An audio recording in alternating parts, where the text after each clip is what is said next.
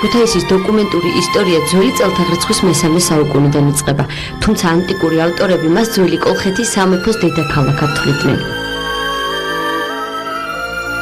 ქუთაისის ძველი სახელებია აია, ქუთაია, ქუთათისიუნი. ქუთაისი მერვე საუკუნიდან მე-19 საუკუნემდე დასავლეთ ქართული სახელმწიფოს ცენტრი გახდათ. ბიზანტიელი ისტორიკოსი პროკოპი კესარიელის ცნობით, მოხილისის მხარეს ჩამოუდის ერთი მდინარე სახელად რეონი. მის ანაპიროებთან ძველადვე კოლხებს აუგიათ ციხე.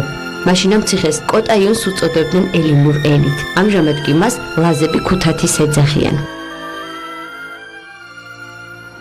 978 წელს ბაგრატ მესამემ ახლად გაერთიანებული საქართველოს დედაქალაქი ქუთაისში გადაიტანა.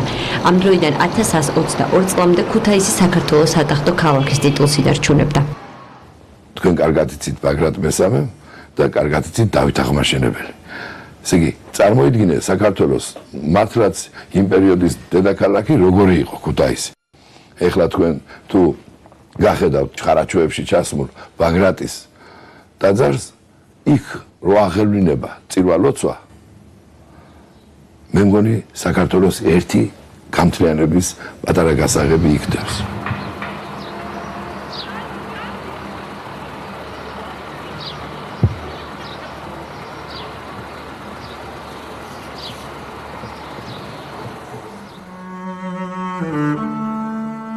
ბაგრატის ტაძარი აგებულია მე-11 საუკუნეების მიჯნაზე, ბაგრატ მესამის მეფობაში. ჩრდილოეთი კედლის წარწერის თანახმად, ოდეს განმკიცნა იატაკნი ქონორიკონი იყო 223. ტაძარი ღვთისმშობლის მიძინების სახელობის იყო. თავისი ხუროთმოწყრული და მხატვრული ღირსებით განსაკუთრებული ადგილი ეჭირა ქართულ არქიტექტურულ ისტორიაში. მე-17 საუკუნის დასასრულამდე ძეგლი უვნებელად იდგა. ვახუშტი ბატონიშვილის ცნობით 1692 წელს ტაძარი შემუსრეს ოსმალთა. მე-19 საუკუნის 30-იან წლებამდე შემორჩენილი იყო ტაძრის სამხრეთი და დასავლეთი კარიბჭეებიც. 1952 წლიდან დაიწყო ტაძრის აღდგენა კონსერვაციის სამუშაოები.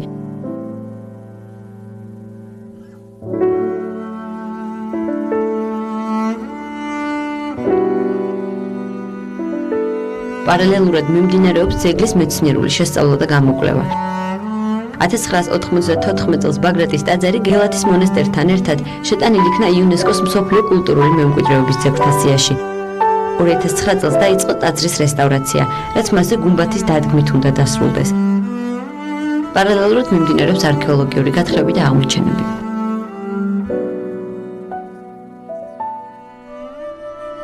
ბაგრატ მესამის პერიოდში ქალაქმა მნიშვნელოვნად იცვალა სახე. განახლდა სამეფო სასახლე და ციხე-გალავანი, ხოლო 1003 წელს ეკურთხა ღვთისმშობლის მიძინების ახალი ტაძარი. ეს ტაძარი საქართველოს ერთიანობისა და ძლიერების სიმბოლო უნდა ყოფილიყო, ამიტომ მისი კურთხევა განსაკუთრებულ მოვლენად იქცა. მეფე ბაგრატმა აკურთხა ეკლესია ქუთათისა განგებითა, დიდითა და მიუწვდომელითა. ვკითხულობთ ქართლის ცხოვრებაში.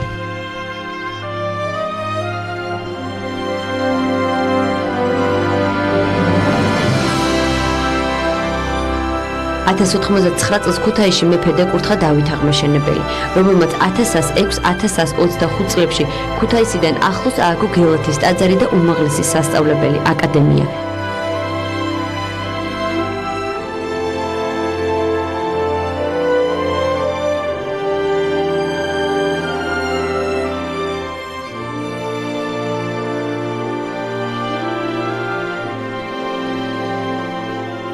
შუა საუკუნეების საქართველოს უდიდესი კულტურისა და სულიერების ცენტრი. ახალი ათენი და მეორე იერუსალიმი. გელათის მონასტერი, რომელიც დავით აღმაშენებელმა 1106 წელს დააარსა. მონასტერთან ფუნქციონირებდა აკადემია, სადაც გამოჩენილი ქართველი ფილოსოფოსები, მეცნიერები და ღვთისმსახურები მოღვაწეობდნენ. მონასტერში გახლდათ ბაგრატოვანთა საგვარეულო საძვალეც, თვით წმინდა მეფე დავით აღმაშენებელი გელათის მონასტერში დაკრძალული.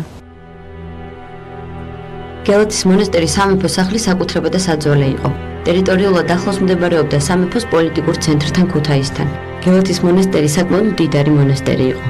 მის მფლობელობაში ითვლებოდა ვრცელი მიწა-წყალი. მეურნეობაში წამყვანი დარგი იყო მიწათმოქმედება. განვითარებული მევენახეობა, ღვინის, თაფლისა და სანთლის სასაქონლო საბაზრო წარმოება მონასტერს საკმაოდ დიდ შემოსავალს აძლევდა. მე-12-მე-15 საუკუნეებში გელათის მონასტერს მინიჭებული ჰქონდა სრული ავტონომია. აღიარებდა მხოლოდ მეფის უმაღლეს უფლებას.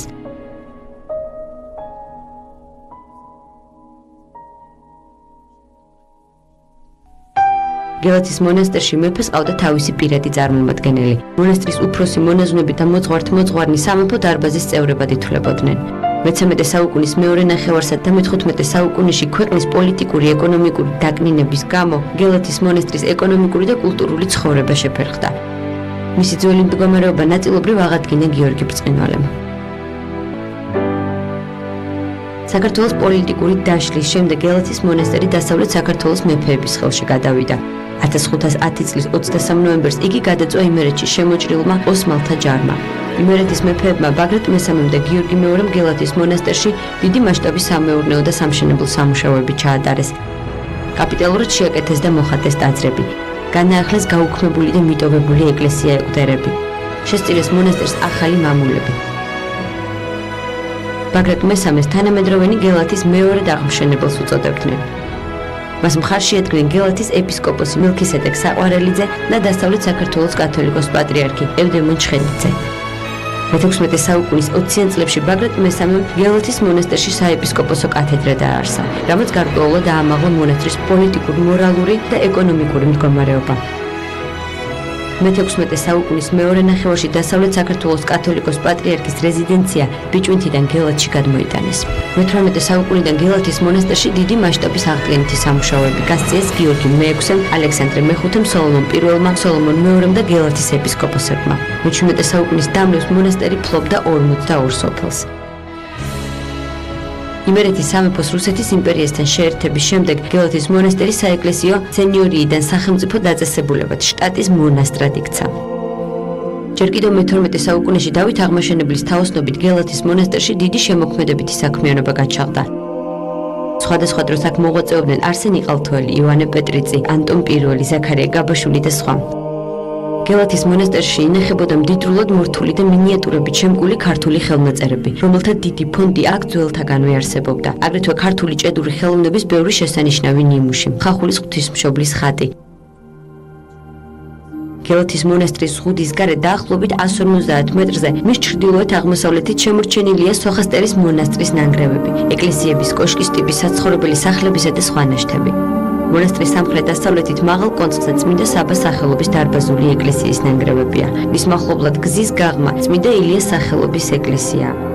მოშორებით მდინარე წყალწითელას ხეობაში ეგრეთ წოდებული დავითის კონცხზე ტრის თავდასხმისაგან მონასტრის დამცველი დიდი მრგვალი კოშკის ნანგრევებია. 1923 წელს გელათის მონასტერი დახურეს.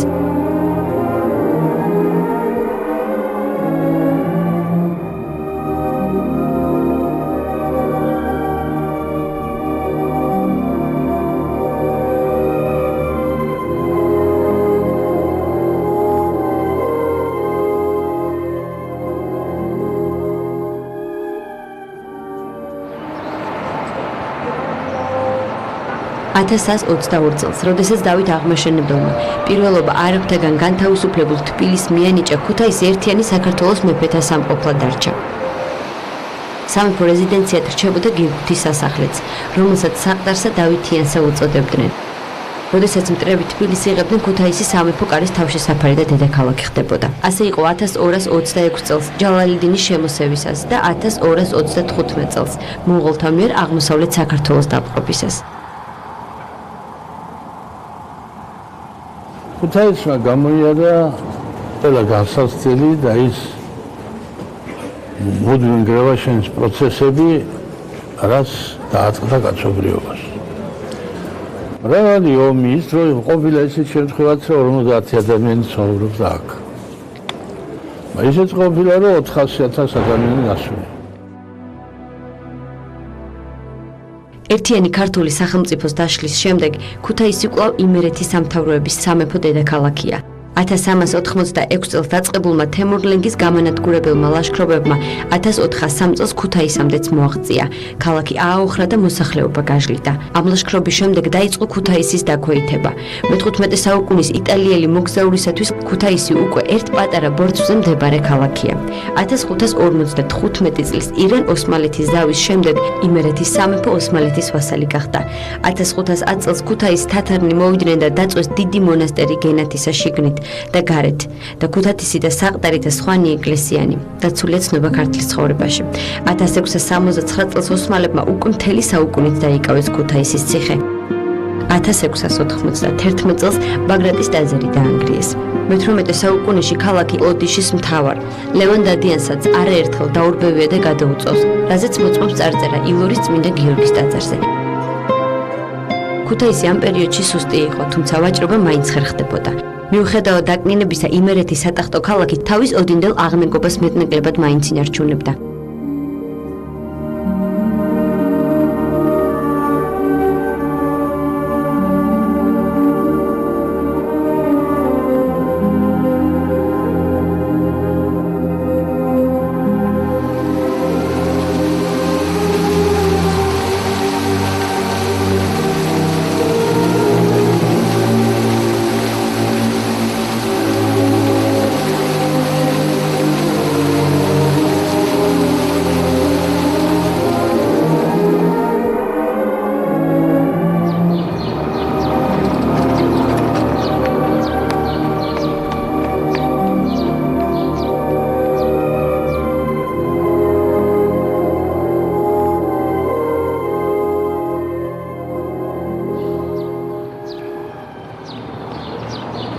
ქალაქის მთავარი ნაწილი კვლავაც ძველი ცენტრი იყო. შიდა ციხე და გალავნიანი შიდა ქალაქი, სადაც ბაგრატის ტაძარი იყო აღმართული. ქალაქის ამ ნაწილს დიდ ქუთაისს და ზედა ქალაქს უწოდებდნენ. მე-18 საუკუნეში ჯერ კიდევ არსებობდა მთის ფერდობზე შეფენილი გამაგრებული დედაქალაქი, რომელიც რიონის მარცხენა ნაპირზე გადადიოდა და ხიდის კარით იყო დაცული. სუვენიერი ქუთაისი თვის სამოთხის სადარია გალავნის მიღმა დიდ ქუთაისს გარეთუბანი ემიჩნებოდა. ზედაქალაქის მნიშვნელობის მიუხედავად ქუთაისი რიონის მარცხენა ნაპირზე დაბლობზე ვრცელდებოდა. უკვე მე-15 საუკუნეში იმერთა მეფეებს აქ გადმოუტანიათ სასახლე და ქალაქის ახალი უბნებიც მის სიახლოვეს გაშენდა. მე-17 საუკუნეში აქ უკვე რამდენიმე პალატი, სალხინე, ოქროს ჩარდახი, კარის ეკლესია და დიდი ჭადარი იდგა. ამარემარეს მცირე ქუთაისს ეძახდნენ. გალავანს მიღმა მეფის ბაღები და დიდი მოედანი იყო გაშლილი. ამ მოედანზე იმართებოდა მეფის საჯარო შეხვედრები, ეწყობოდა ასპარეზობები, ყაბახი, ჯირითი, ხელშუბის ტყორცნა და თოფის სროლა. მოედნის გაყოლებაზე მდებარეობდა ახალი ქალაქი, გარეთუბანი, სადაც სავაჭრო რიგები და ვაჭარ ხელოსანთა სახლები იყო ჩამსკრივებული.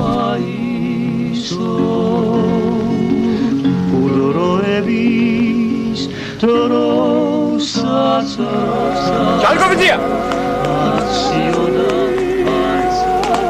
გამარჯობა, შალიკოვიძია. ო? გაგიმარჯ. როდის ჩამოვიძან? დღეს. ხომიცან? აღწვენია. რას მეუბნები? ნოდარი ვარ მე. ნუ ლაპარაკობ, რომელი ნოდარი? ნოდარი არაძე, თქვენი ყოფილი მოწაფე. არ გადამრი. შიერაძი შვილი ხომ არ ხარ? ქვის მთლების. კი, ხომ? კი. დედა, შიომ დაასახლა, მთელი ჩემი საგვარეულო საფიჭხია სასაფლაოზე. იმის მაგივრად რომ წყალტუბოში ვიარო და ვიექიმო, თერჯოლაში მომაყოფილეს თან. გადამეკიდე ნიქაბურები. მოცეკოვე და ანსამბლი ჩამოგვიყალიბეო.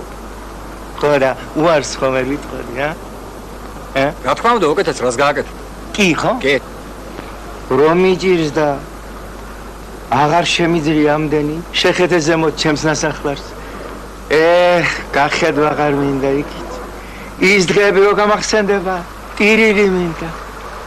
საწავი და ის დრო, 1770 წელს მეფე სოლომონ პირველმა რუსეთის ჯარის დახმარებით ქუთაისის ციხიდან ოსმალები განდევნა. მეფე მხოლიდან და სხვა ადგილებიდან ვაჭრები გადმოიყვანა და ქუთაისში ქალაქობა, ანუ ბაზრობა აღადგინა. ამ პერიოდიდან ქუთაისის აღორძინების ხანა იწყება. აღმავლობა სოლომონ მეორის პერიოდშიც გრძელდება. 1800 წელს დაარსდა პირველი სტამბა. გაიხსნა 100-მდე სავაჭრო სახლი, სახეიცვალა ქალაქის მოსახლეობა. მე-18 საუკუნეში ქალაქში მოვაჭრეს სომხებს, ებრაელებსა და თურქებს. მოგვიანებით სოლომონ მეორის მიერ ახალციხიდან გადმოსახლებული კათოლიკე ვაჭრებიც დაემატა, რომლებმაც მე-19 საუკუნეში დიდი წვლილი შეიტანეს ქალაქურ ცხოვრებაში. 1804 წლის 25 აპრილს მეფე სოლომონ მეორე იძულებული გახდა რუსეთის იმპერიის ქვეშევრდომობა მიიღო.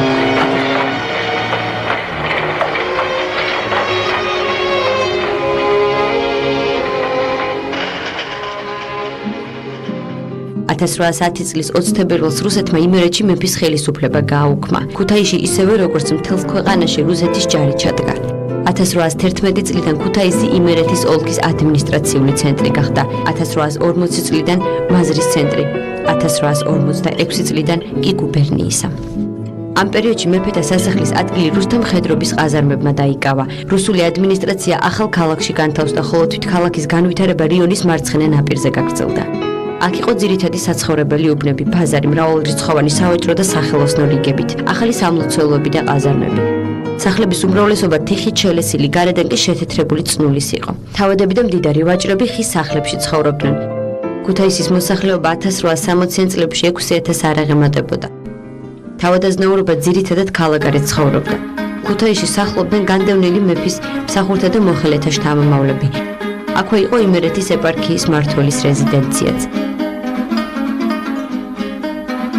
რიონის მარცხენა სანაპიროზე გაშლილი ახალი ქუთაისი ვაჭერთა ქალაქი გახდათ. მე-19 საუკუნის დასაწყისში ქალაქს თათარი, მაჰმადიანი ლაზები აშენებდნენ. მოგვიანებით კი იმერელი და ბერძენი ქვის მთლელები და დურგლები გამოჩნდნენ. ქუთაისურ ნაწარმთაგან გათქმული იყო გიშრის ნაკეთობანი, რომლებიც სპეციალურ მაღაზიებში იყიდებოდა. პარასკევობით და კვირაობით გამართულ ბაზრობებზე გარშემო სოფლებიდან ჩამოქონდა ცანოვაგე. მე-19 საუკუნის შუა წლებიდან ქალაქში ბევრი სიახლე გაჩნდა. ძველი საასპარეზე მოედნის ადგილას 1858 წელს ბულვარი გაშენდა. ნებიანი დიდი ბაღი ზამბახებით, ბზებით, კაფეთი. 1820-იანი წლებიდან ქალაქში უკვე არსებობდა კიდევ ერთი საზოგადო ბაღი მოედანი, სადაც კვირაობით და სადღესასწაულო დღეებში გარნიზონის ორკესტრი უკრავდა ქართულ საცეკვაო მუსიკას. ახალი ბაღი ქუთაისის ნამდვილ ცენტრად გადაიქცა. თუ ვისმე ნახვა გინდოდათ აქ შეხვდებოდით. აქ იმართებოდა დებატები, აქ იყო ბირჟა და გამოფენა ადამიანებისა, სილამაზის, ტანადობისა, ტანსაცმლის. ბაღი ყოველთვის სავსე იყო ხალხით, დღითა და ღამით, კვირა უქმე დღე. წერს სამსონ ფირცხალვა, პუბლიცისტი და საზოგადო მოღვაწე.